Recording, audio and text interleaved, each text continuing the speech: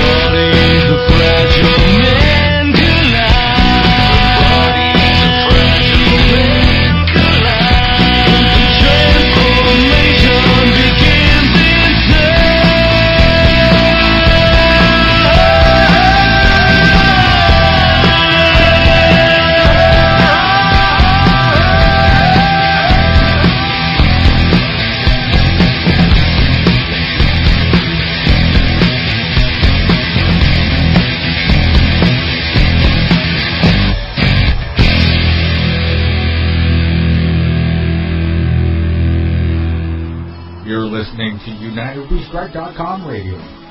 Don't buy, don't comply. Ask why. UnitedWeStrike.com radio. Hi, everybody. Welcome. This is Sunday, and it is October 16th. We are here at United We Strike Radio, and we're going to feature our normal Sunday programming, which is Musicians for Freedom with my good buddy Sharlene Holt, who is in Colorado. Hi, Sharlene. Hi, Karen. How are you? Well, I'm doing pretty good, considering the fact that I haven't eaten now. It's getting 4 days, and I'm starving, aside from that. How's that going? You're getting a little loopy. Doing a fast. Yeah, I might have to excuse myself a few times here. I'm not nearly as full of it as I was before I started this. Now, we got a special guest today, folks. A patriot, a musician, and a friend of Sharlene. So, Sharlene, I'm going to let you introduce our next guest for this hour. Well, thanks, Karen. Our guest is Jordan Page. I met Jordan in 2009 at the Freedom Summit down in Phoenix with Ernie Hancock and Freedom's Phoenix. And I had the opportunity to play on stage with Jordan. I played a little flute with him. So it was a lot of fun, and ever since I've been keeping up with his music and his activism. And he's also a good friend of our mutual friend, Adam Kokesh. So, Jordan, are you there? I am here. Great. It's so wonderful to have you on the show. Thank you. Oh, I'm glad to be here. I'm glad we were finally able to get a date put together. Absolutely. Well, you've been busy. I have. I've been touring all summer, and things are just kind of stepping up now. You know, the election cycle's in full swing, and the Ron Paul movement is regenerating itself, and there's there's a lot to sing about. That's for sure. So you're in Indiana. Yeah, we just moved out here this past July and escaped the urban jungle of the East Coast, and just trying to get some time out in the country and have some room to spread out a little bit, you know. Awesome. So I still travel, you know, pretty constantly, but when I'm home, I really have a much more relaxing place to go to than I did before. Oh, okay. Do you have a home studio? No, it's funny. I've never been a gearhead. I've never been a home recording type guy. I like to go to other people's studios and you know, have the creative process with much more talented engineers than I would be. You know, I don't know that I would be able to create the kind of production that I would be happy with. You know, I need other people who have spent their time learning how to do that and perfecting their craft to do that for me. I just write the songs and go in and sing them. Wow. Well, you're a great performer and you're a great songwriter, so you do that. Thanks, well. Sharlene. I don't know if anybody knows this, but Sharlene has covered a couple of my songs, and you know, I've seen some like YouTube performances of Sharlene covering a couple of my tunes that were really cool. Yeah, listen, I like that. Yeah. I still have that on my computer. Cool. Well, I'm going to play a lot more. I'm going to Nashville, so I'm looking for some. Yeah, I'm looking for support. I have a donate button myself on the website, so help Sharlene get to Nashville. Sweet.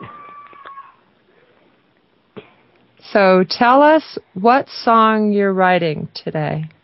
What song I'm writing today? Well, I'm working on a song right now called Sins of Omission. And, you know, it kind of came to me. This is a very unusual song for me in that I've been working on it for a long time. I usually don't do that. Usually the songs just kind of manifest, kind of like flash lightning songs, and it's almost like they're pre-written.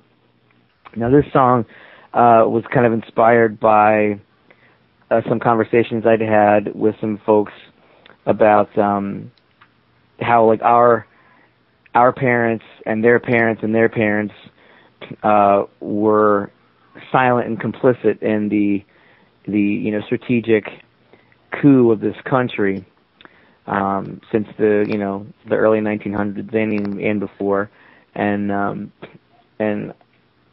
right, they're just as guilty as the folks who were doing it because they were silent, because they just let these things happen. And, like Smedley Butler, the bonus soldiers. Right, exactly. The corporation of the United States, or corporatization of the United States, the Act of 1871, all that stuff, huh? Federal Reserve. Sure, the Federal Reserve Act. I mean, the people in general just were not paying attention, and just didn't do anything about it. And now, they were silent. And I had a show at University of Cincinnati this past Wednesday night, and I told them, I said, this country has been silent for so long, and it's time to get loud. It's time to get really loud now. And so I started writing this song about being complicit and not giving into that anymore. And the chorus that I wrote was, these sins of omission turn a free man to a slave and can cause an apparition's blood to call out from the grave. Yes, these sins of omission go beyond what you can see. When you did this to my children, well, you did it unto me. Which is that line from Jesus where, he said, the apostles are like, when did we see you starving? When did we see you, in pain and we did nothing? He said, when you did this to the least of my children, you did it to me. And, there's just being complicit in any sort of injustice or evil makes you part of it. Actually, I said that wrong. Being, just allowing these things to happen and accepting them, that they're just commonplace, you become complicit in them, is what I meant. Right, so. Right. Like we're all accomplices in murder right now because they're using our money and our effort to kill people in different parts of the world on our dime every day. Exactly. And we say nothing. Yeah. Well, and part of it too, though, I've been listening this week. I heard two different speakers talk about the fact that the American people really are being dumbed down, literally. I mean, Dr. Blaylock talks about that a lot, with the vaccinations, with the poisons in our food, with the GMOs, all of that. And there are also some other people I heard who actually cannot deal with information that threatens them too much. They just go into some kind of a mind block. They cannot comprehend what is happening. So it's really not all our fault. And again, too, back then when J.P. Morgan bought the newspapers, the majority of newspapers, 25 of them in the country in 1915. So any news that the people were getting was already being tainted at that time. So I think a lot of people back then, Jordan, really did not know the severity, and those who did, it's hard to say whether or not they were stopped when they tried to spread the word about that, because who wanted to believe that bonus soldiers would be denied the benefits that they were promised? Nobody. And not enough people rose up to defend him when that did happen. Right. Now, the song you're working on now, that's just one you've got lyrics to, so that's going to be your next song coming out? It'll be on the next album for sure. I'm in the process of writing like 4 or 5 songs at a time right now. I just released my current album, Liberty, this year, so it's not even a year old yet. I'm gonna probably tour on it at least another year, and before I put something else out. But you have another new song. I have another new song I just released as a single, and that song really deserves to be its own single. It's called "The Light of Revolution," and I wrote that as a campaign anthem for Ron Paul for 2012. And I had the very good fortune to be able to play it for him several times, and he expressed to me how grateful he was for the song and how much he liked it. I played it for him in South Carolina this past May when I was there opening for him at the after event for the first presidential debate down in Greenville, and everyone had been there all day. It was a big tea party type event. And he came over right after the debate and spoke, and they had me play song right before he came on and got the crowd all riled up, and it was the first time I played it in public, and there was just a massive response to it, and he shook my hand and thanked me for the song and expressed how much he liked it. And then I got a chance to play it for him again in Ames when I did the straw poll show. The campaign brought me out to do several sets during the day on Ron Paul's stage, and I was able to I actually played a song with his grandkids, the Ballad of Ron Paul, which one of their cousins had written back in the 70s or 80s when he became a congressman. It was 70s, I guess. And it's like a country song, and I sang that with Matt and Vicky. And then I played The Light of Revolution for about 2,000 people, and he complimented the song to everyone, told everyone how much he liked it, and it was just a really huge moment for me, and it was just a real pleasure to play it for him. He was only about 10 feet away from me when I sang it, and at the end of each chorus it says something to the effect of like "Stand with Dr. Paul" kind of, and the crowd kind of cheers after each chorus because I say his name each time, and I could just see how like happy it kind of made him. So, and it really gets the people going. So cool. It's a rally single. Yeah, it's a rally song for sure. Awesome. Well, actually, we have our producer today, who is Matt here in Oregon. Matt, are you ready? Can we play the song for all of our Yeah, let's go ahead and do that.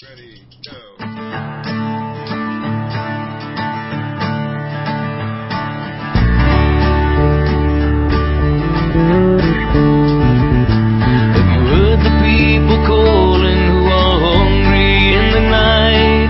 Have you heard the prayers of soldiers who are weary from the fight? Have you heard the voice of wisdom in a time of pure deceit? Have you heard the path to freedom is a road you rise to meet? Have you heard the bonds of slavery are forged with paper chains? And the red sun that is rising sets on all of us the same. Unless we stand together now, we all will surely fall. And I heard the call in the words of Dr. Paul. Have you ever seen a country bent and broken on its knees? Or a line 10 miles long of hungry homeless begging please? Or a banking institution funding both sides of a war? Or its chairman spouting lies upon the House committee floor? Have you ever seen a talking head on television sway the people through deception, telling lies to earn his pay? Oh, can't you feel the ground shake? These institution walls, I'll watch them fall when I stand with Dr. Paul. Now let the people learn to reason. Now let them stand up on their own. Now let the light of revolution bring it home. Now let the rights of men come shining bright and self-evident and true. And let each one of you be counted as you stand for the one who stands for you.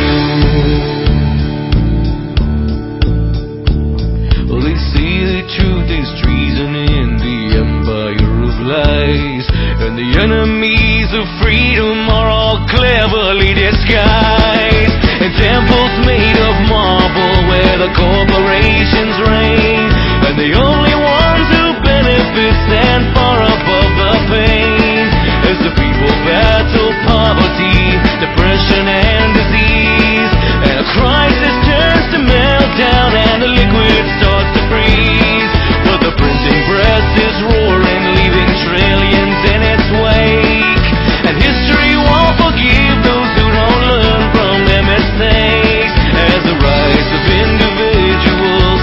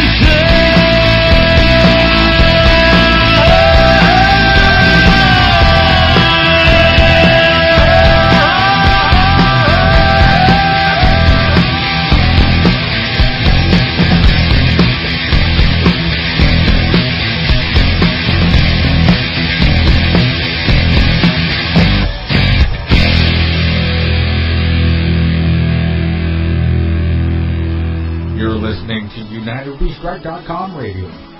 Don't buy, don't comply. Ask why. UnitedWeStrike.com radio. Hi, everybody. Well, we're back with Jordan Page, and you got a twofer. Two for the price of one. First, we heard the Revolution. And Jordan, tell us about this last song that we heard, which is also excellent. I really enjoy your music. Thanks so much, Karen. The second song you guys heard was Dragons. And Dragons is the first track on my album Liberty, which you can get on iTunes and CD Baby and through my website, JordanPageMusic.com. And I had that opening riff, for maybe 2 months, and just kept playing it over and over, and then started working out the music, and all of a sudden I had 4 or 5 different, very distinctly different parts, and had no idea what the song was going to be about, and I started really thinking about the New World Order and the biblical prophecies that had taken place, long time ago. The Book of Revelation speaks a lot about the consolidation of power in the future, and the image of the seven-headed dragon really stuck out to me as an interesting image. And I'm thinking, okay, we got the 7 great continents, and the all the unions are appearing: the European Union, the African Union, the Asian Union, and the pretty much the North American Union so far. And I'm thinking that these are all heads of the dragon, which is the United Nations or whatever it's going to evolve into. And so I thought I'd do a modern retelling of that book in a song, and I use language like from that book, like and I looked and I saw a sign, that kind of, and behold I saw, that kind of stuff. Yeah. And I use that sort of language, that revelatory language to convey the message in a modern context. And the last section of the song kind of sums it up, where it says, "Dragons covering the world, we stand in the shadows of wings unfurled." And so yeah, it's a very dark, very heavy song. One of the heaviest I've written. It's a little scary, but there's some really cool sections of that song. And Sharlene had discussed earlier that we're both mutual friends with Adam Kokesh, and Adam has used the section of that song as his theme and bumper music for his show, Adam versus the Man, which is very cool too. So the song has gotten a lot of play, a lot of recognition. It's been in the top 5 in rock and adult contemporary on iHeart-Radio for like months, and so yeah, it's probably my favorite song on the whole record, to be honest with you. Great. Well, I like it too. I am the Chinese sign of the dragon, so there's some good ones out there. Oh, of course there are. Breathing fire for freedom. Now, how did you get started in the Patriot movement and with your music, combining it? Well, this is my story, and I'm going to tell it to you exactly as I remember it, because everybody has their own story about how they woke up, and a lot of times it's Ron Paul, or it's a book they read, or a film they watched. And for me, it was a song that I wrote. It was December 1st, 2006, and I was not politically literate at all. I would argue that I was indifferent. That might be unfair to say, but because I did, oppose, George Bush and his policies, but didn't really care to get involved, I guess it would be a more fair statement, and really didn't have the vocabulary or the inclination or drive to do anything about it. I had my own, prejudices and was dramatically uninformed as to what was really going on in the world. And he had given some speech that night that gave me nightmares, and I woke up around 3 o'clock in the morning, and half asleep, I stumbled into my office and started typing. And about 8 minutes later, I had written what looked to me to be a poem, and ended up being the song Pendulum. I called a buddy of mine in Seattle who's an activist. I thought he would appreciate it. And I called him up, and I actually dialed the wrong number, and I actually got his mother on the phone, and she was up late reading, and so I read it to her, and she said she was blown away by it, and that it made her feel sad that someone my age would feel that pessimistically about the country. And she said, just remember something, the pendulum swings both left and right, and just as soon as you get used to it being one way, it's going to swing the other way. I said, there will be change. And something inside me said, listen to her. And so we hung up the phone, and I picked up my guitar, and I just strummed a G chord and said, the pendulum swings from the left to the right. And then I heard in my mind, its momentum increases the need for the fight, like a moment of blindness and a lifetime of sight. And I am caught somewhere in the middle. Great. And I was like, oh my God, all right. So I was like, okay, so this is a song is what you're saying. Okay. It's not just a piece of prose. And the song, is kind of reminiscent of Bob Dylan's A Hard Rain's Gonna Fall, in some ways. I mean, it sounds nothing like it, but it asks, it's like answers to the questions that he had in his song, like, where have you been, my blue-eyed son? And I say, I've been walking a tightrope between fact and fiction, and I've been wrestling with demons in small bottled prisons, talking to sinners who claim to be Christian, shouting at leaders that claim to be listening. Like, that's where I've been. So, like, basically each verse of the song is kind of like an answer to each question in his song. And, yeah, it kind of worked out that way. I realized it, because I'm a huge Dylan fan, I realized it, maybe 5 or 6 months after I had written it, because I got an opportunity to go spend some time with Peter Yarrow from Peter, Paul, and Mary. Oh, wow. Yeah, he heard the song, and he invited me to come to New York to his apartment to hang out and jam. How cool. Yeah, it was pretty amazing. So, of course, I went and got to spend some time with him and become friends with him. And he says, he pointed it out to me, that the song was reminiscent of Hard Rain's Gonna Fall. And I thought about it, and I was like, you're right, because it's like, where have you been? What did you see? What did you hear? Who did you meet? And what do you do now? And that's kind of the tone of each verse of my song is, what answers to those questions. And he says, well, where Bobby, he calls Bob Dylan Bobby, he says, where Bobby got that song from, don't you? I said, no. He said he got it from a 15th century English folk song called Randall, My Son. And then he proceeds to pick up his guitar, and he sang it for me. And wow. I could hear in that song the genesis of Hard Rain's Gonna Fall. So I was in this time vortex where I have this, American's icon, I'm in his living room, and he's singing me a song from the 15th century, which is the genesis of a song that I've always loved from one of my songwriting heroes, which influenced the song that had brought me to his house in the first place. So I could hear all three songs all began, like the genesis of it all began in the 15th century with this song Randall, My Son, which he was playing for me. So it was one of those life moments where I asked myself, is this really happening right now? Yes, it is, so pay attention. Sure. What a dream. It was Pete really Seeger. neat. What's that? Pete Seeger you're talking about. I'm talking about Peter Yarrow. Peter Yarrow, okay. Peter Yarrow from Peter, Paul, and Peter, Mary. Paul, and Mary. Sorry, I got my Peters confused there. That's all right. Well, I mean, Pete Seeger, they did a lot of Pete Seeger songs, and they're, obviously very, very, very good friends with Pete Seeger, so it's easy to get he was confused. Quite an activist. He was. He was a communist, and, got blacklisted and all that, but he, he was very much an anti-war voice at the time. Like the song, Where Have All the Flowers Gone is a song that my wife and I do sometimes. And, I love that song. It's a great song. I used to do that too. Yeah. My dad used to sing that to us when we were little kids, and I never understood it till I grew up, and then all the meeting Peter was like because they used to sing a lot of those songs to us when we were kids, so it was very much like kind of. It was a fantasy in a way. It very much was. Well, I tell you, it was really interesting when my wife was pregnant with our second child.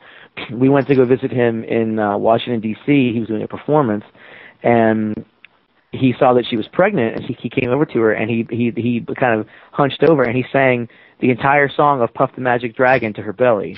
Oh, wow.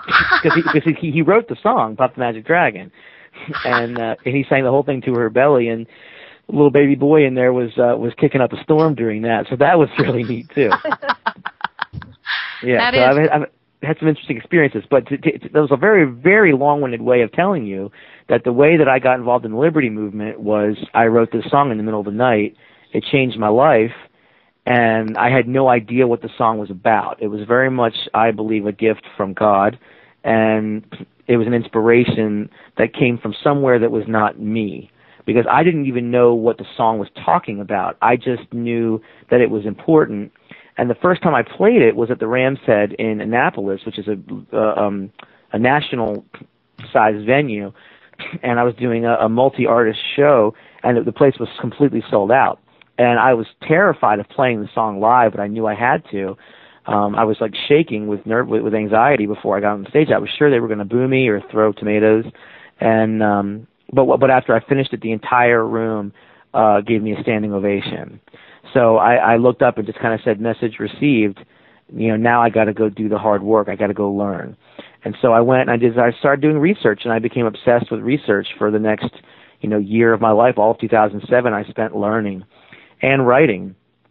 And Gary Franchi from Restore the Republic, I got in touch with him, and he really dug the music, and he arranged for me to be able to perform at the Revolution March in July of 2008, which was my first Liberty event. I mean, I'd played many, many, many concerts up to that point, but this was my first Liberty event, and it was Ron Paul's last event on his campaign.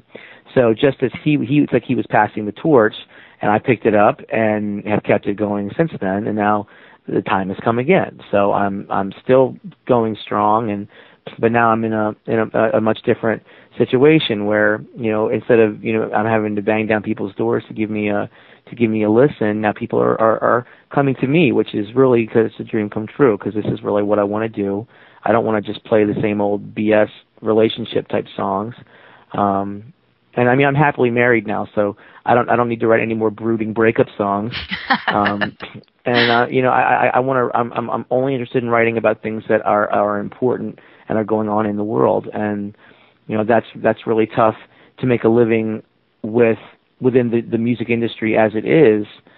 So I have kind of circumvented the music industry by going the more political route and marketing myself to patriotic groups and groups like Campaign for Liberty.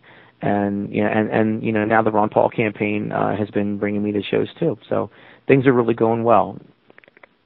Well, it sounds like, and it is interesting the way things evolve. And when sometimes I know what you mean when you're writing. Sometimes because I feel just like I'm the instrument, and the words just come right through. Sure, and absolutely. And you do wonder where they came from, because it doesn't seem like I'm personally responsible for it. Charlene, does that happen to you too? It just kind of like lightning strikes your head and it rolls down in your arm and comes out on a piece of paper.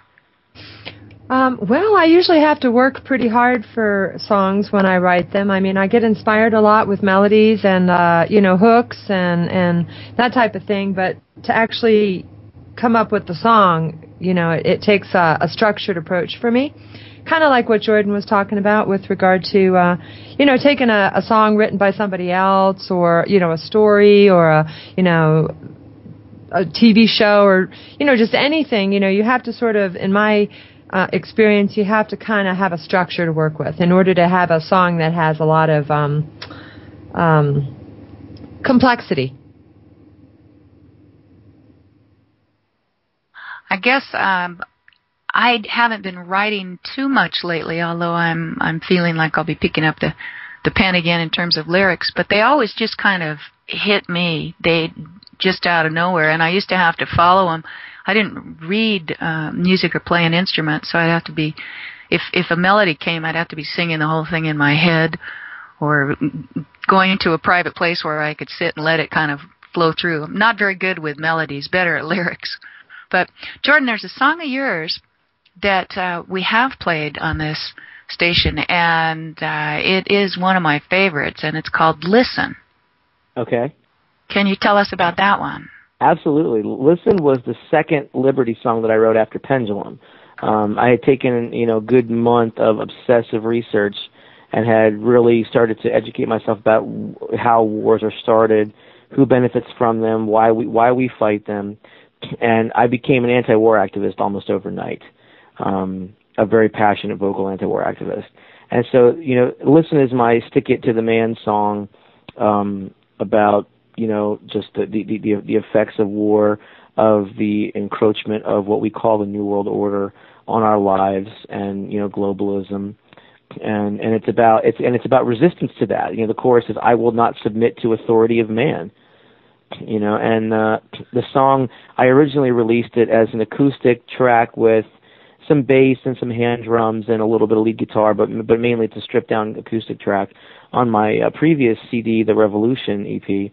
And but I redid it with the full band as a rock version for this new album, and it's been number one in rock on iHeartRadio for, I guess, since the end of July. So it's been a long time at number one in iHeartRadio. I think it still is actually right now. So it's really gotten a great reception.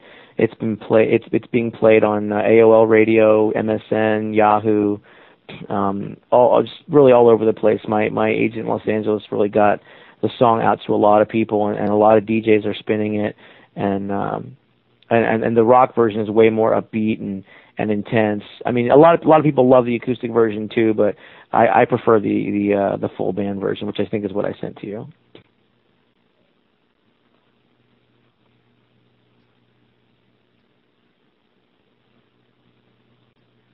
Hey, Jordan, Hello? What's your website?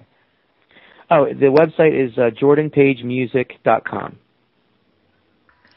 Okay, and I'm thinking, Matt, maybe that's in Rick's folder, so that might not be in yours. Right, I don't have that song, I don't think. But what's the next? Well, what we have is a Message of Freedom queued up. We got that. And we have another song that he sent us, Frontlines. Which one do you want to go to? Why don't you do Message of Freedom, and I can talk a little bit about that one too. I can send you Listen. Message of Freedom was a song that was literally a letter that I wrote to my children.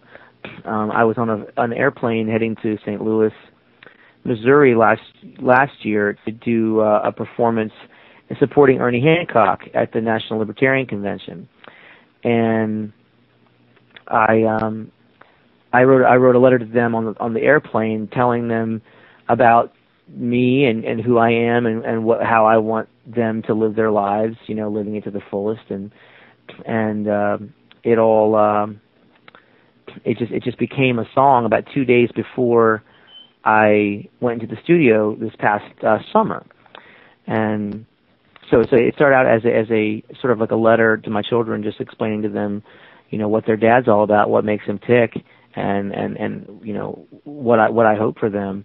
And then I heard it as, the first few words of the letter as music, and then it became a song.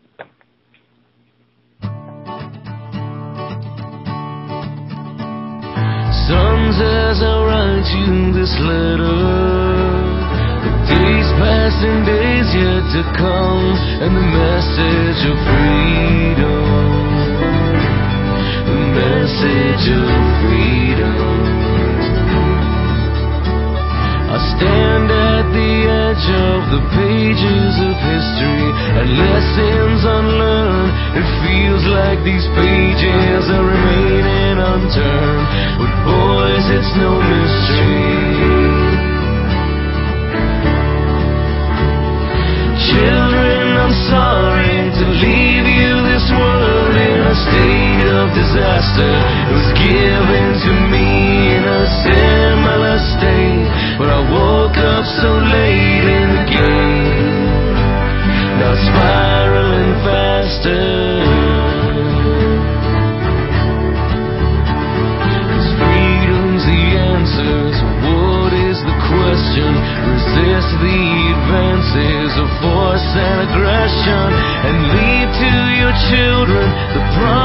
promise of something more. As God is my witness, I'll be a slave no more. Boys, listen close, for our souls may depend on the actions we take and the causes we choose to defend. So treat every man as a friend and live your own lives in their divine processions and transform your world with your selfless expressions. Reach out your hands, in time we'll understand.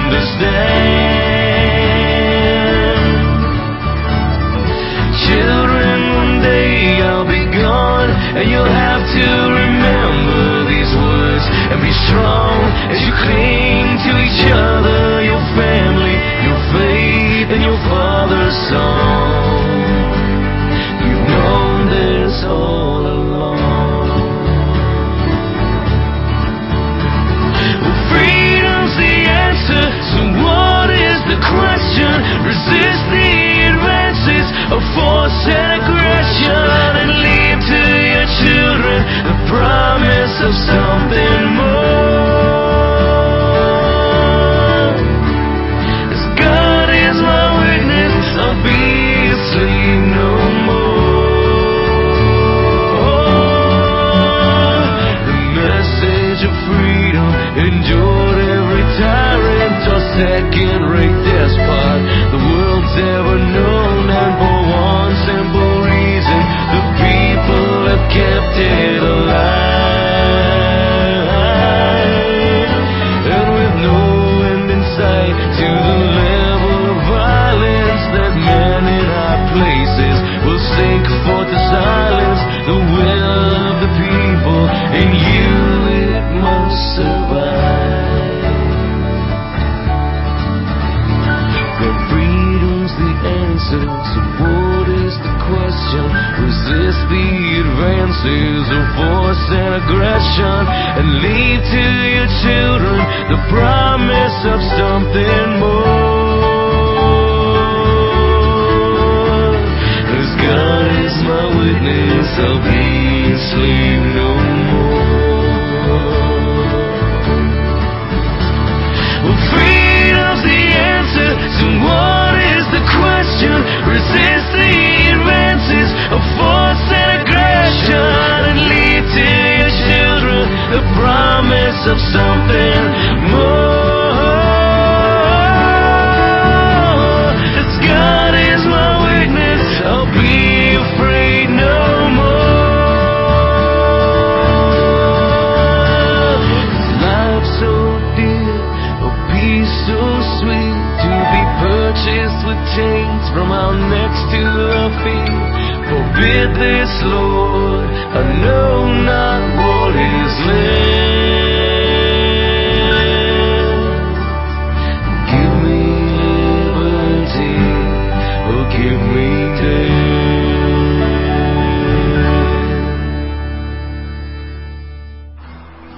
You're listening to UnitedWeStrike.com radio. Don't buy, don't comply. Ask why. UnitedWeStrike.com radio. All right, folks, we are back. I'm apologizing here for any technical difficulties. We're just doing this on a shoestring here with a prayer and a hope and good guests, and we will work on fixing the audio just as soon as possible. Right now, I want to thank our guest, Jordan Page, for coming today and sharing his music and his thoughts very much. And I believe we've got another song we'll be playing here as we switch. But Jordan, do you have any final thoughts you want to share with our listeners? Well, I just want to thank you for having me on the show. You know, I know we've been trying to do this for a while, and I'm just glad we finally got an opportunity to do it. And you know, thank you for playing the songs and for your support. People can check out my website, which is jordanpagemusic.com. I'm also on Facebook at facebook.com/jordanpagemusic. And I've got some upcoming shows. I'm going to be doing the Moscow Freedom Festival in Moscow, Idaho, this coming Wednesday night at 6 o'clock. And I'm going to be doing a lot more college shows with Young Americans for Liberty. And I've got a Ron Paul opener show up in Michigan, I think on November the 9th. And people can find, where I'm going to be touring on the website. So again, it's JordanPageMusic.com, and I just would love to encourage everyone to go to iTunes and CD Baby and download the new Ron Paul anthem, "Light of Revolution." So that's my sales pitch. Cool. I'm glad that you joined us. Sharlene, you want anything to say to Jordan? Well, thank you so much, Jordan. And once again, thanks for being so tolerant with us with scheduling and echoes and technical difficulties. As you know, we have different producers. We've got Detlef in Switzerland. We're really grateful for him, and he was off today. Also, a friend of ours, Rick, in the UK, produces, and today it's Matt in Oregon. And, of course, Karen, you're in Oregon out there. So we're all spread out all over the planet. Hopefully. We sure are. Occupying the world. That's it. United we strike. Now, Jordan, I think you've got one more song that we're going to play after you leave. Do you want to tell us about that one? Which one are you going to play? Frontlines. Frontlines. Well, Frontlines was another one of those airplane songs. I was on tour and I wrote that song on an airplane, and I was just thinking about the concept of what the Frontlines are, in battle, but also what they are on the activist front. I mean, there's front lines in all different sorts of ways in our lives, regardless if you're a soldier or a teacher or an activist or even a parent. And I really just tried to open the doors to that way of thinking, that we're all putting ourselves at risk for speaking out. We're all putting ourselves on the block. We're all putting ourselves up for scrutiny and retribution for being voices of dissent, for being public voices of dissent, and it's not just a hobby. It's our very lives that we're risking a lot of the time as activists. So that's why the last verse of the song says, "On the front lines we risk everything. Let Washington hear the people sing. With 100 million voices crying out, let freedom ring on the front lines." Excellent. That's powerful. Thank you. There we go. That's right on, boy. We're definitely living it.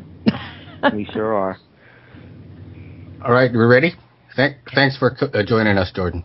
Oh, thank you guys so much. Okay. Thank you, and folks, stay tuned to Steve Phillips from the Netherlands in the next hour coming up. United we strike.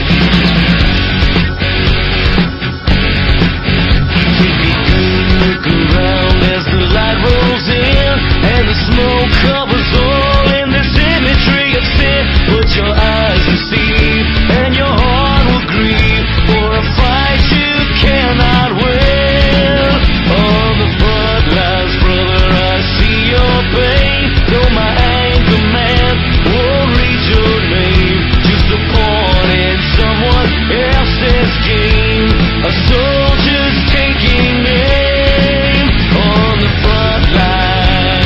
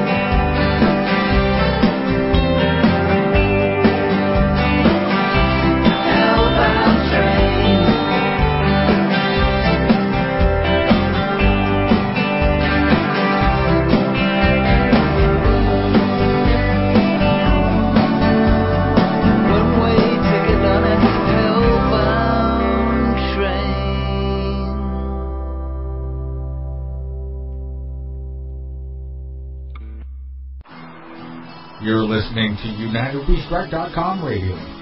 Don't buy, don't comply. Ask why. UnitedWeStrike.com radio.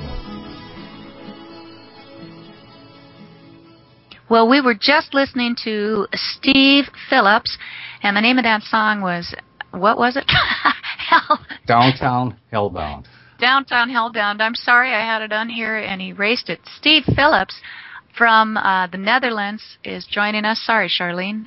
My brain's not working today. It's all that great vegetable and fruit juices you're drinking. It's lemon juice and maple syrup. That's it. Organic. Oh, you're on the lemon juice cure. Well, I'm on a fast, kind of. I'm doing it for... Right, yeah. I've done that a few times. Yeah, how many days did you make it? The first time I did actually make it for about 9 days, and the second time it was more like 7 days. Wow. That was a while back. I haven't been doing it recently. When you did it, did you just drink lemon juice? Is that what you did too? Yeah, and cayenne pepper. And the maple syrup. Yeah. And garlic is good too, sometimes when you have a cold. Anyway, Steve, welcome to the program. It's been a long time since we've talked to you. You're from the Netherlands, and your website is great. Your songs are great. You want to tell us a little about yourself for those who may not know you. Thank you. Thank you for having me again. It's great to be back. Well, I'm a Welsh guy. I was born in Wales. I've been living in the Netherlands for more time than I care to remember. I've always been involved with music, but mainly as a guitar player and also a recording engineer. It's only been the last few years, really, that I've actually been writing and singing my own stuff. Basically, I probably couldn't find anybody who wants to sing it, so I have to do it myself. Well, your stuff is great. It really reminds me a lot of the Beatles when I listen to you. Okay, thanks. Some people tend to think that. I guess it's the English accent and a few harmonies here and there, and that sort of sounds very Beatlish. I don't do it intentionally. I guess it's my upbringing. But I love the Beatles, especially John Lennon. Very aware individual. Now, tell us what was your inspiration for Hellbound Downtown?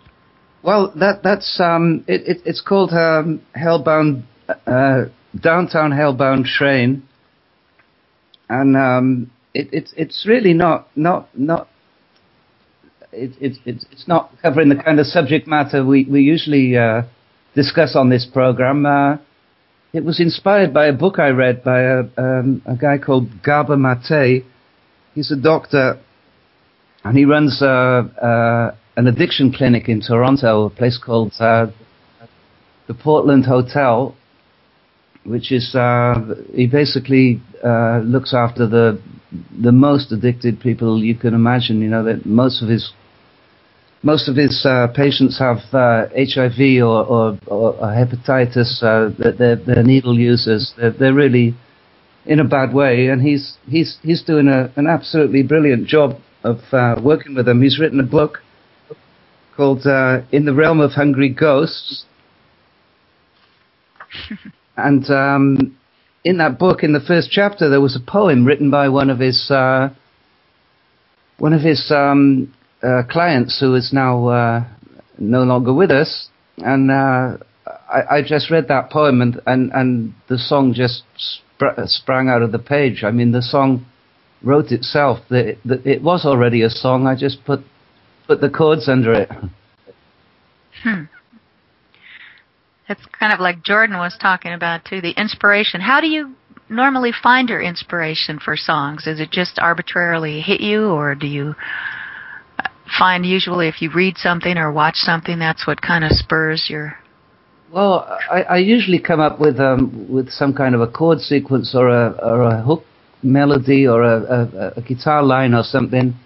But in this case, it was different. It was the lyrics which just hit me, and I think that's a good way to work, to get out of your normal routine and try something different, because you do come up with different stuff that way. Sure. Now, we've got another song that we're going to be playing, and that's called "Dumbing Down." Can you tell us about that? Okay, that was actually the first song I ever put up on YouTube, and well, I guess the title is sort of self-explanatory. It's about the way, you know, people are being manipulated to not being critical thinkers, and that's, well, I don't need to tell you guys about the methods, what's in our foods, especially what's on television and in the media, the values we are taught to hold the schools. I mean, what isn't dumbing us down? Maybe that is the question. What isn't dumbing us down? That sounds like another song. But well, I notice, Steve, you have the music shop. Is that where we can find that song? On your website, you have a music shop. Is that on an album? No, I don't have anything up for sale at the moment. I have stuff up on a site called Reverb Nation, and I have my own website and YouTube channels. So, you know, I guess the easiest way for people to find me would be to Google my name and then put Hoorn after that. So that would be Steve Phillips, and then Hoorn, which is Hoorn. That's the town I live in. And if you did that, you'd find one of the many places that my music's available on the net. Okay, I see. And do you have a website? It's a Reverb Nation website? Well, my own website is stevephillips-music.com. Okay. Alrighty. Well, can we hear Dumbing Down now, Matt? You got that ready? Playing.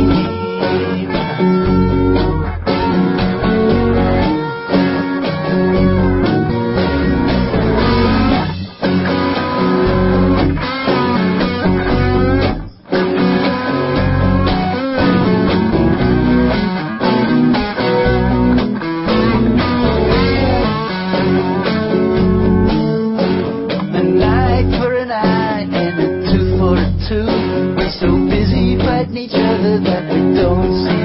Only the truth will set us free.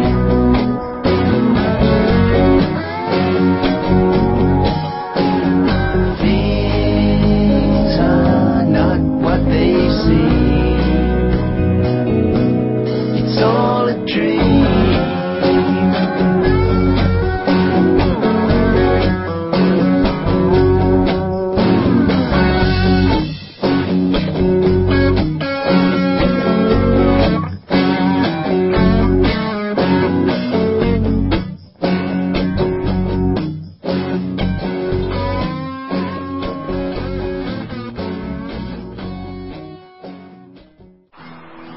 You're listening to UnitedWeStrike.com radio. Don't buy, don't comply. Ask why. UnitedWeStrike.com radio. Welcome back, everybody. This is Sharlene with Musicians for Freedom. And earlier today, we were speaking with an awesome musician and activist for the revolution, Jordan Page. And now we're talking with, on the other side of our beautiful blue planet, Steve Phillips. How you doing, Steve? I'm doing very well, thank you. Great. And so Steve is a musician and an activist, and he's in the Netherlands, I guess in Hoorn. Is that correct? That's right, yeah. And so what song did we just listen to? We listened to Dumbing Down, I believe. I don't have the feeds here, so Right. I think it was Dumbing Down. We're listening to Dumbing Down. Great. Well, thanks so much. Yeah, I'll have to listen to your music a little more. I know you've got it up on YouTube, right? Yeah, I just sent you a link via Skype to my channel. Awesome. Great. So what we'll do is I have a website. It's called Musicians for Freedom. It's www.musiciansforfreedom.com. And I feature musicians from just all over the planet who are active and, in the whole Occupy the World movement. Yeah. And so we'll be, I'll put up a post for you, Steve, over there and put all your links and links to your songs and your YouTubes and that sort of thing. That's fantastic. Thank you. You're welcome. So, and Karen, you're over there in Oregon. Are you joining us still? I'm here. Karen's on a fast, and so hey, Karen, did you see that film by what is it, Fat, Sick, and Nearly Dead by Joe Cross? Are you trying to make some inferences here, Sharlene? Well, I know that you weren't quite as bad off as Joe was apparently when he started on his fast, but he did 60 days, and I was very impressed. He ended up 60? looking pretty good. Yeah, he was looking pretty good. You got to see that movie if you haven't seen it. Sounds almost biblical. Yeah, I haven't seen it, but if he lost all kinds of weight that fast, he must be equally flabulous. Well, you're on 4 days now, I guess. Yeah, well, starting the fourth day, and now I'm seeing I should have been using the cayenne pepper, so I will add some to that, but it's kind of a spiritual thing, too. This is the first time I've ever been mentally prepared to, not eat and try and just clean out and lighten up and see what's coming. Let me get ready for 11/11/11. Who knows where we'll be then? Yeah, I was just talking to a friend here in Colorado, and his name is Ridge, and he said after 11/11/11, some sort of strange vibrational, energetic shift may be occurring. Did y'all hear that? How about you, Steve? Yeah, well, as far as I'm concerned, there's already some kind of strange vibrational shift happening. Right here, right now, on this show. Yeah, I mean, things are it's all happening so fast, it's really difficult to keep track of things, I'm quite excited about the change which is going through the world. We had that movement, the Occupy movement yesterday was a worldwide event, and it actually got covered quite well in the Dutch media, which surprised me a lot. Oh, you have the same problem over there with the lamestream media? Well, yes, usually we do, but yesterday on the 8 o'clock news, the main news, it was. I was at the Occupy Amsterdam event, and they reported on that. It was their main story, and they spent about 10 or 15 minutes on it, and it was fairly accurate. I actually sent them an email and thanked them, because you guys get a lot of criticism for being the lamestream media, but in this case, I think you did a pretty good job. Thank you. I mean, fair's fair. Let's give them credit where it's when it's due. I'm really heartened by this. I love seeing the fact that the American people finally are rising and shaking off their apathy and making themselves heard. Now, we're hoping, too, that through this, it is more of a real Occupy the World, and united we strike for freedom and against tyranny through peaceful noncompliance. Yeah, and that's the important part of it, because this movement, as with any movement which gains any momentum, is obviously in great danger of being hijacked by all sorts of people with their own agendas. And one thing, non-violence has got to be one of the main things of this movement, and anybody committing violence, as far as I'm concerned, is probably more to do with the 1% than the 99%. Yeah, that's right. Now that gets us into your latest song. Would you like to tell us about that before we play it? Yeah, well, I was greatly inspired by the Occupy Wall Street movement and their that great slogan they've been using. We are the 90%. We are the 99% who will no longer cooperate with the greed and corruption of the 1%. It was something along those lines. It's the first line of the song, and I think that slogan and the feeling behind it has actually hit a chord with many more people than were previously involved.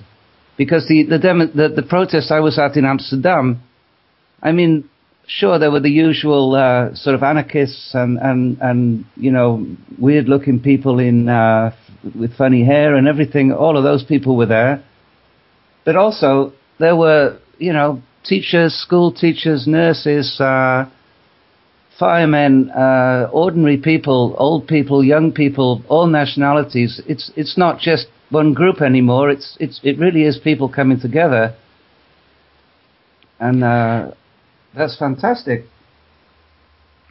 Yeah, to see it moving. Go ahead, Karen.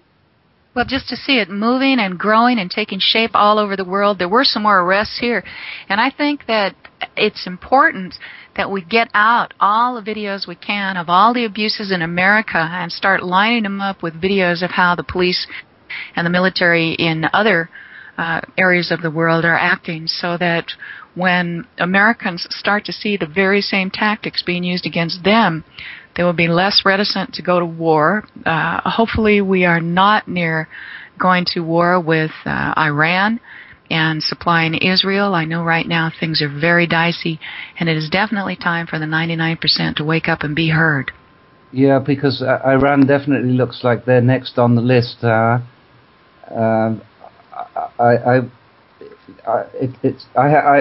My information is that is likely to happen within the next 2 weeks, but I sincerely hope it doesn't. No. Well, who would go? I mean, who would cooperate in that? I mean, this is what I don't understand. I mean, well, I can think of one country that would gladly cooperate, and I'm sure you would as well. Yep. Yeah, but I mean, it doesn't make any sense to me. Like, speaking of bombing Iran, do you remember McCain when he had that little video clip? Right, bomb Iran. Do you remember that? Yeah. I mean, how sick? How sick? Really? And then there's a picture on the internet I remember seeing where it shows the children in Israel, and they're signing, like autographing the missiles that are going to be sent over to Palestine. I know, but, well, you can't blame the kids. They've been brainwashed. That's part of the dumbing down thing. I can't blame an 8-year-old for being hateful. You know, that's the way he's been taught. Yeah, but who and how and you know, who's teaching the children this hate? Well, unfortunately, their parents are, and obviously the schools and the media and everything. I mean, I don't understand how the people of Israel can put up with the way their government is behaving. They don't seem to be standing up against it at all, except for a very small minority, which we hardly ever hear of. So, yeah, it's a sad situation there. Well, you know, one thing I've noticed is we talk a lot with a friend of mine, Bert, you know, and what we have found is there's an entire legal and financial bondage that we're all in simply by being U.S. citizens, and it's really like a prison of our own making. It's a prison without bars. You know, because we just self-identify ourselves as when they say at the internal checkpoints, or they ask you, you know, when you get a driver's license, I mean, are you a U.S. citizen? And everybody's like, yeah, I'm a U.S. citizen. But, you know, we're not. We're people. You know, we're people in America. We have a republic. And each of the states is a nation state of its own. It's called the Union. Yeah, technically, yeah, but in practice, you have a central government, and that's exactly what they're trying to do in Europe now with this crisis. There's more and more talk about more and more power going to Brussels, and well, I think people should be aware of what's going on there and very much oppose it, because we don't need a centralization of power in Europe. We need a decentralization of power. Exactly. I mean, what motivates people to want to have centralization of power? Why does everybody like that? Fear motivates people to do that. Huh. And propaganda. Propaganda and fear. I mean, we're all supposed to be scared shitless that the banks going down will turn us into a third world country, which of course it won't, because if the mainstream media would take the time to look at Iceland, for example, who did go bankrupt, they are doing quite well now. They're building up their economy again. They don't have all that debt, which and they're doing fine. You know, that's what the Greeks should do as well. Absolutely. Just discharge the debt. That's what the United States, I mean, that's what we all should do, is just stop paying on it and stop paying, you know, in my opinion. I mean, I wouldn't want to contribute whatsoever to this bankster-run system. The same in Holland. We're being subjected to the same kind of, you know, cutting back on government spending and cutting back on pensions and all of that. And so, in other words, we the people, we the 99%, have been asked to pay for debts that we never didn't have anything to do with. You know, I didn't borrow too much money. I didn't, you know, I didn't fail. I didn't gamble it all away on the stock markets. I didn't have anything to do with it. I also didn't get the profits when they were making all the money, and now they're making a loss, and I'm supposed to pay the losses. I don't get it. I don't. Well, you explained it very well, Steve. That's exactly how they operate. They privatize profit and they socialize the losses and the risk. And really, it's a corporation. It's incredible that we accept it. You know, it's incredible that so many people just, I guess, through fear and ignorance, take it to be that's the way things are. You know. Well, they think that the taxes are paying for something useful. They don't understand that really, you know, you can pay for everything useful simply through, you know, like a little tax on food, taxes on gas. You know, there's no need for things like income tax at all. In Holland, we have something. We have 19% tax on every transaction you do. You know, it's in the they call it value-added tax. Oh, they're trying to do that here, a value-added tax. Well, are you subjected to income tax of any sort? Yes, we're one of the highest taxed lands in Europe, in fact. Having said that, economically, Holland is nowhere near as bad as countries like the US or Greece or Spain or Portugal, or England for that matter. I think that I could see that at the Amsterdam Occupy Amsterdam protest. I think there were about 2,000, maybe 2,500 people there. Wow. Which was fantastic, but it would have been better if there were 100,000, you know. But I don't think it's people in Holland as of yet haven't felt the pain that you felt in America. But I guess it's coming, so this movement will grow. Well, I think that, you know, when the Occupy, a lot of these folks, like Tom Morello, the Rage Against the Machine guy, you know, he wrote a song called Uniontown, I think, and I was listening to it. And, you know, I mean, unions are fine, but public unions are kind of silly, you know? I mean, it's really kind of silly to have, you know, people having to give their money up to the top of the pyramid, and then the money has to come all the way back down the other side of the pyramid to be given to, you know, the people that serve us. I mean, it doesn't make any sense. It's a parasitic class. It's totally inefficient. Yeah. Well, the government is totally inefficient. The pyramid system is an extremely efficient one. That's probably why they use it. Well, yeah, actually, for the parasitic governing class, you mean? Yeah. Right. So they're very efficient, in my opinion. They've been doing their job for many, many years, and I agree with Charles Irwin that we are all under legal conquest. You know, we're tied to pieces of paper somewhere made up by a legislative branch who is serving themselves at the same time furthering this New World Order agenda that's been on the books for a very long time. You know, possibly thousands of years, I would imagine. Possibly back to the Pharaohs or to Atlantis.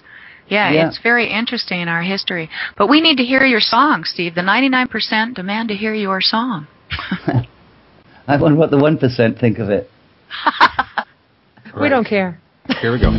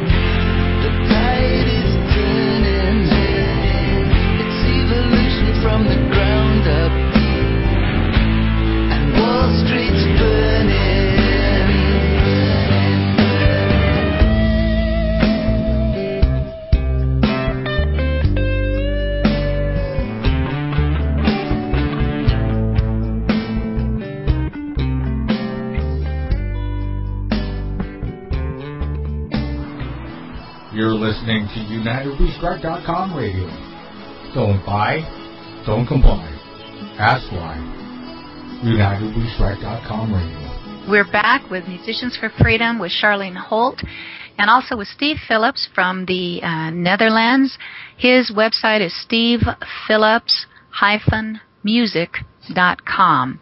And Sharlene has musiciansforfreedom.com, and we just listened to the 99%, which is actually fresh from his fingers just a week ago, right, Steve? That's right, yeah. I hope that... Go ahead. I'm sorry, obviously greatly inspired by the Occupy Wall Street movement and also the 15th of October yesterday, the Occupy Everywhere movement, which was a fantastic event. So I sort of rushed to get that song out before yesterday because I just wanted to get it out there. Well, I'm glad that you let us play it. Now, you went to a couple of these events?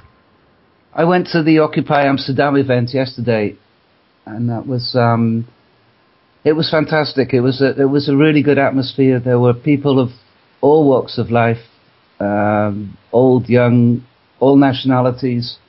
I guess there were about 2,500 people there, which was a relatively small amount, but I don't think we the last time we had a large demonstration in Amsterdam was against the war in Iraq, which was in 2003, and this is probably the biggest one since then. So people are serious, ordinary people are angry, basically. I know, but they're peacefully angry.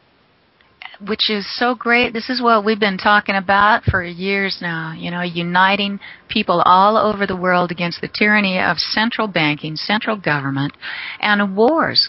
We don't need any more war. We need peace, and we need to understand that these little pieces of paper that are used through governments to legislate every single aspect of our lives are nothing but illusions once enough of us understand that our natural rights, our God-given rights for property, life, freedom, happiness, those are the rights that belong to us. We should just be living our lives worrying about our homes. We should all be able to have homes and gardens and know how to build.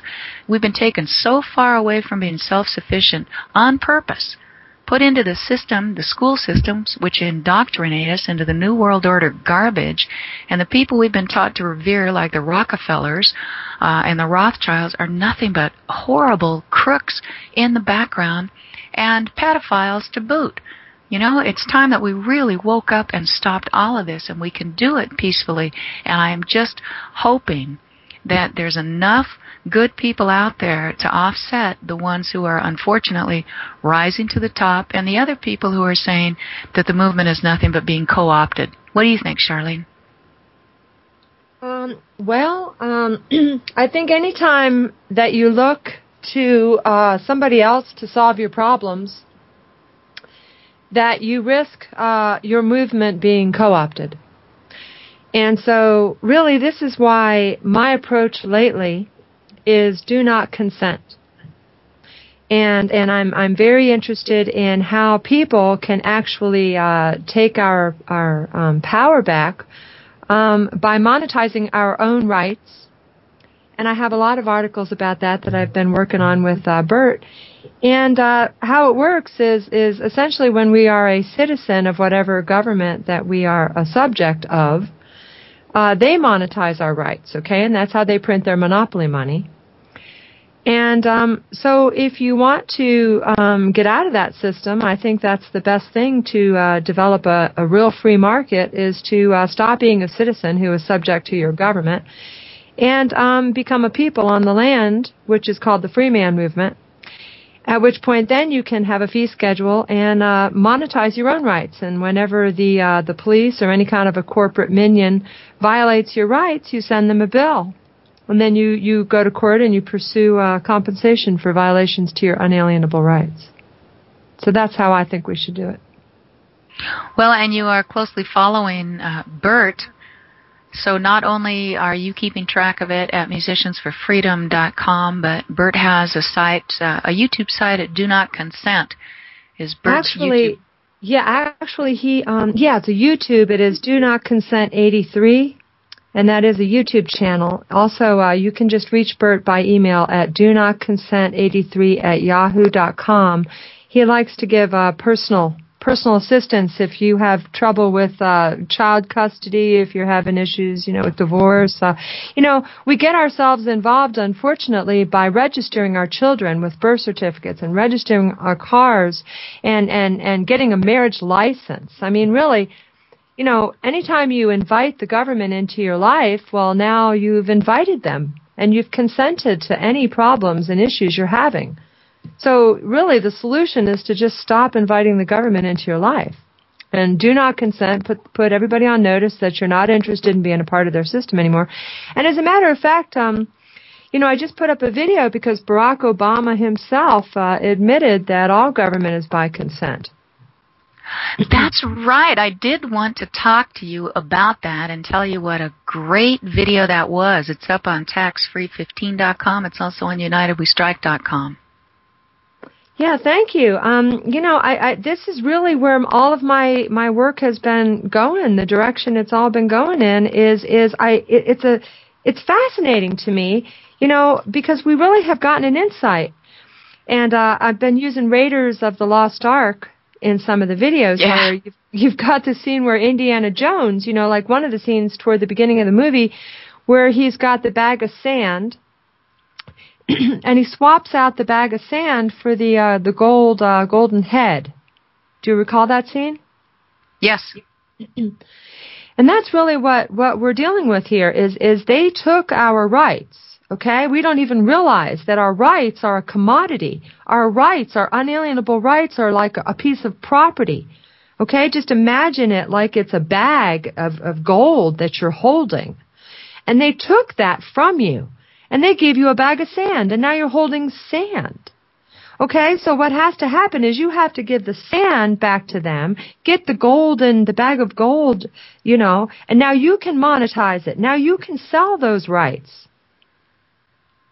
Does that make sense? It's so convoluted. Run that one by me one more time, because I don't know, I have a hard time thinking of the government in terms of sand. I'm thinking of a much different form of... I'm thinking of crap. Criminals run all politics. Well, once again, it's kind of like when you're born, okay? When you come out of your mother's womb, okay, you've got this bag of gold, okay? And when the birth certificate is registered, well, then essentially you've given, your mother and your father through the birth certificate gave the government all of your rights. So they took that bag of rights. So now when you come of age... You can get the rights back by putting them on notice that I no longer consent. Now that I have realized that you have taken my rights and given me privileges, I no longer consent, and so I'm taking my rights back now. Okay, and so now if the government violates your rights, then you give them a bill. You monetize your own rights. I've got it. I know that's what Bert is doing, so it's going to be very interesting to see how it turns out. Steve, what do you think of that? Well, I have mixed feelings about the, what would you call it, the straw man movement. It's extremely difficult to do it on your own. You need to do it with a large amount of people, otherwise you'd probably end up in jail. I know somebody in Holland who actually is in jail, and he didn't do anything illegal, but the court said he did. He's in jail for tax avoidance. Well, the difference, though, that's why we have to be clear, and I'm working on trying to make it a little bit more clear, but if you can imagine two people sitting over a chess game, okay? What happens is if you try to do the straw man movement, if you move your token around, like the token, you're a pawn on the chessboard. You can't move that token around. Okay, so the straw man movement, so to speak, is where people attempt to move that token around. The government put that token, that pawn, on the chessboard. And now you're going to come in and attempt to move that pawn around. You can't do that. So what we are doing is we are getting off of the board. We don't move that token around anymore. Okay. You give the token back to the government. So you're not on the chessboard. You're not in the game anymore. You're totally out of the system. But what about stuff like driving a car? Right. Well, then what you do is what I have is a fee schedule, and I can give you guys a link to that. It's out on scribe.com, and if you just Google it, probably it's a generic fee schedule, and it puts the corporations on notice for any kind of an abuse. So you would carry that with you. So you would file that with the where you would normally get a driver's license. You put it on your county court of recorder, your recorders. You would give it to the president, the secretary of state. You put everyone on notice that you're no longer in their system and you don't consent. You could even quote Barack Obama. Man. Okay. That's yeah, so that's what you do, and then you just give them your notice of fee schedule, and you explain, dear Mr. Police Officer, I'm not in your system. I'm not subject to your jurisdiction because I have unalienable rights, and if you violate my rights, here's my fee schedule. It will be an ounce of gold per violation and another ounce of gold for every 24 hours, which doubles every 48 hours. And then we have to actually turn the courts into the common law court where you can go. See, because currently courts are equity courts and admiralty jurisdiction. Yeah. But when you're the sovereign, there's only one sovereign in a court at a time. And so as soon as you become a people, well, now you're sovereign because now you have all your unalienable rights that you have not become subject to the jurisdiction. Well, I think we still need to have a massive amount of people participating in order to really make this work. But I do like the idea, but I also like the idea of all of us just understanding that our lives can be very simple and very beautiful if we understand that all we need is clean air, clean water, healthy food, self-sufficient neighborhoods, and love. We have to love ourselves enough to stop being manipulated and ask the tough questions and follow where that leads. There's so much anger out there. People are so ready to bang heads. They're so angry about being stolen from and lied to and oppressed. And but they don't understand the solution. And so what I'm trying to explain to you is the problem. The reason that people are so angry is because they have pirates pulling them over while they're driving on, the road. That's exactly right. Yeah, I do understand that. Exactly. And hopefully our listeners will. And with asking the tough questions and understanding where our money goes brings me to something that we all should talk about, and that's an inside job. Steve, that happens to be the title of the next song we have queued up. Do you want to tell us about that? Yeah, it's just a very simple little song. In a couple of minutes, I just touch on three of which I consider three of the most important subjects that we're dealing with right now. The one being the banks, obviously, and 9/11, which has a lot to do with where we are right now, in my opinion, and everything, and also the conflict in Israel and Palestine, which would also lead to a much more peaceful world if that were resolved in a proper way. So it's just a short reminder to people that these are three of the problems that we need to pay a little bit more attention to. I agree. I think actually 9/11, I think it's every patriotic person's duty to investigate that for themselves, because it is why we're here today and why our world is such a mess, and we need to hold them accountable. Yeah. We wouldn't be in so much... we wouldn't be in Iraq and Afghanistan without 9/11, and we're already fighting half a war in Pakistan as well, and it looks like Iran might be next. And we've got all the drones out that are killing people. We've got a lot of problems. So, yeah. Matt, do you have the song? Yes, we'll play it now. Thank you.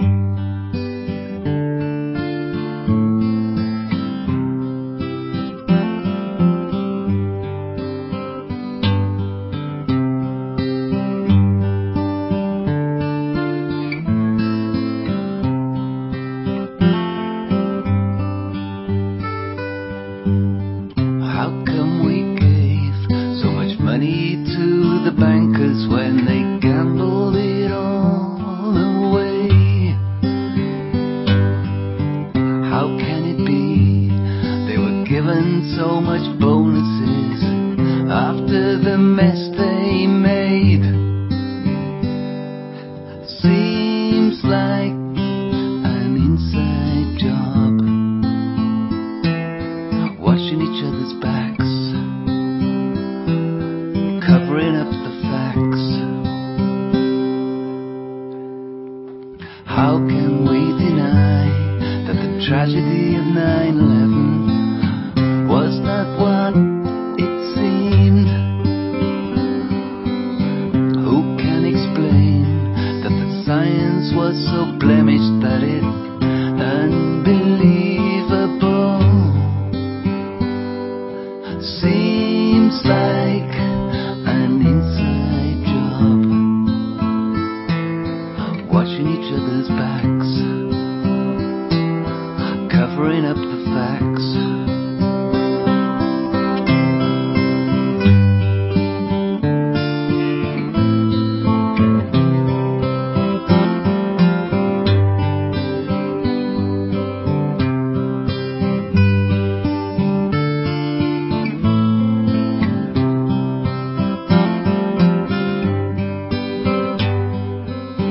Why is it so that history was rewritten for the land of Palestine?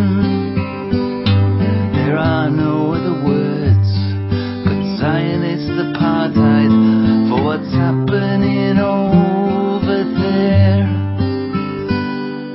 Seems like an inside job,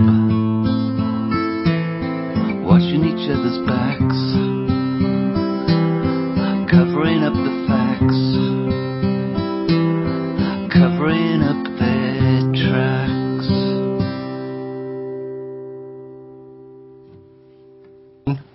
All right, that was Steve Phillips with Inside Job. And it is an inside job, folks, but we have to start our own inside job and begin to think for ourselves, begin to research for ourselves. Don't buy anything from multinational big global corporations or anything you have not researched for yourself. Don't comply by ignoring this huge movement now that is out there and thinking it's been co-opted. We all have a stake in freedom and in ensuring that the future for our children actually entails a planet with air they can breathe, with water they can drink, and without the wars and the manipulation of central banks and central governments. And ask why. Ask why we're here and what are you doing about it. Steve, you are doing a great job with your music. I really appreciate that. Sharlene, you as well. And now when we are going through these times, it is Occupy the World. You know, it is time to occupy the world because we do. And it's just this small dominant group of insane criminal psychopaths who have stolen it from us. So open your mind and your heart.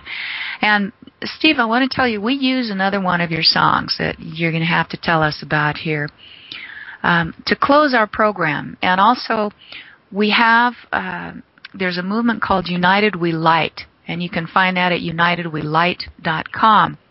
And every evening at 6 p.m., no matter where people live, they set their phones, their cell phones, or whatever you do. Vicky uses her cell phone all the time. She's great. She says wherever it goes off, wherever she is, she says, "Oh, it's prayer time.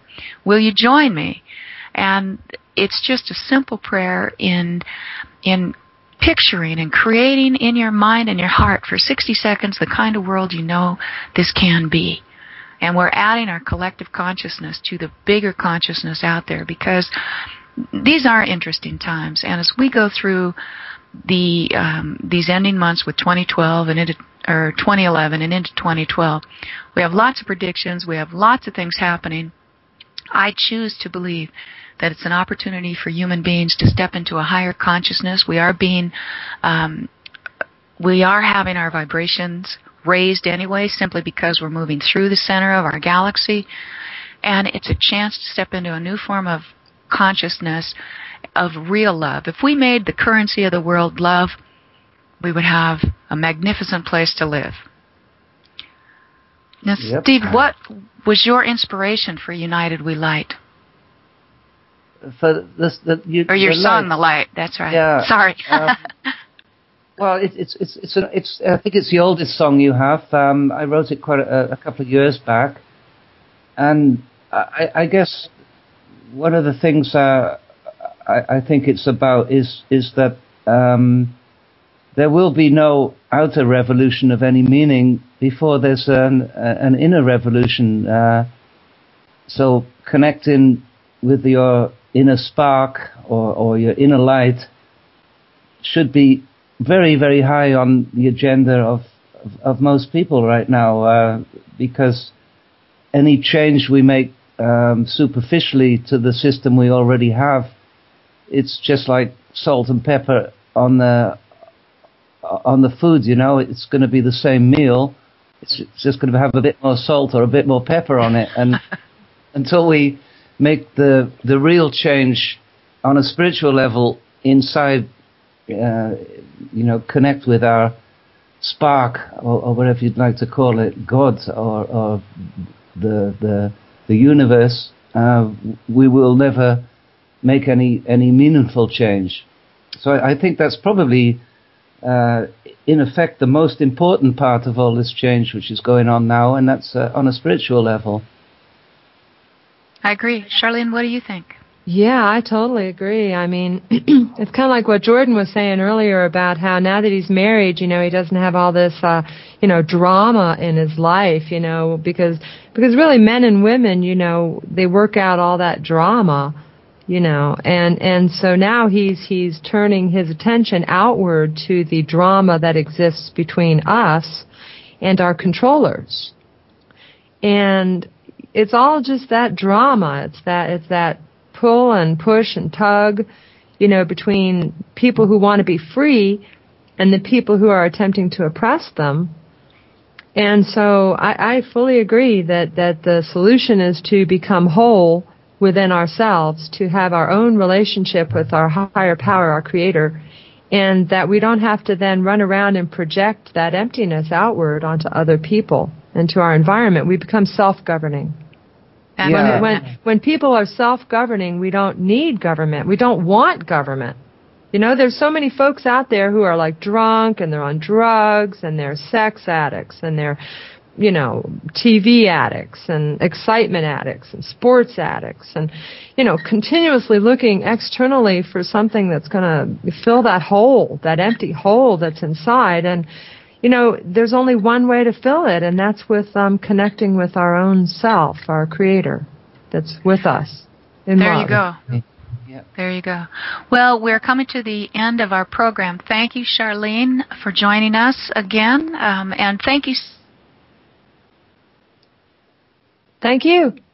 Thank you, guys. It's been my pleasure. Thank you for having me. I think we might have just lost Karen. Okay, so what I've got queued up is The Light. We'll hear that first from Steve Phillips, and then our brand new song submitted to us by Tommy Truther. It's a brand new United We Strike song. This is our debut of this song. It's written for United We Strike, and it's a real toe tapper. It's a real good song. I like it. So as we go out, The Light first, and then the United We Strike song. Well, thank you so much, Matt, and thank you, Steve, Karen. We'll see you next time. Thanks, everybody. Bye-bye. Thanks, bye.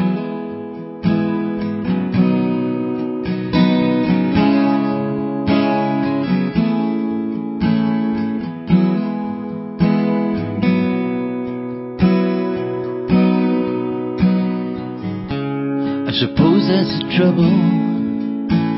The carrot's dangling right in front of me, but I just can't get a bite. I'm just too blind to see the light that's shining, the light that's shining deep inside of me. It's my guiding light, it's my destiny. Show me the light inside.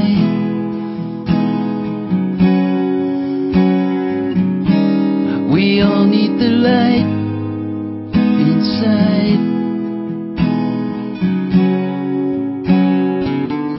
Got to get to the light inside.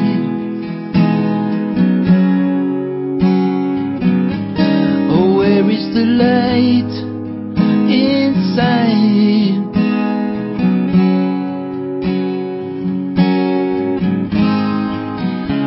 I suppose that's the trouble.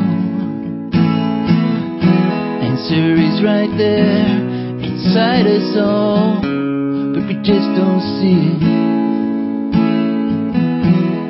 Looks like we're too scared to fall and stand up and face it. Face to face, our backs against the wall, with that restless nagging feeling and that relentless call. Show me the light inside.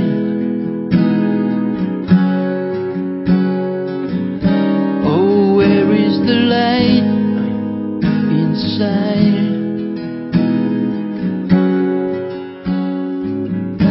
Got to get to the light inside.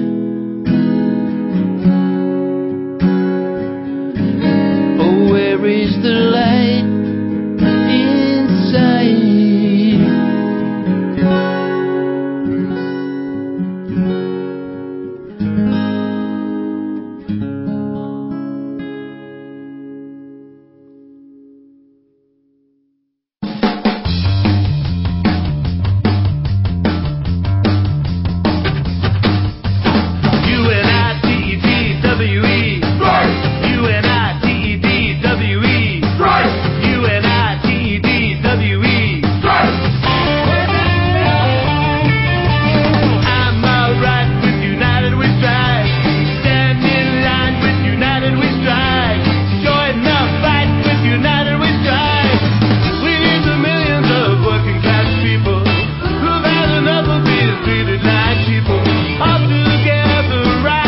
United we strike.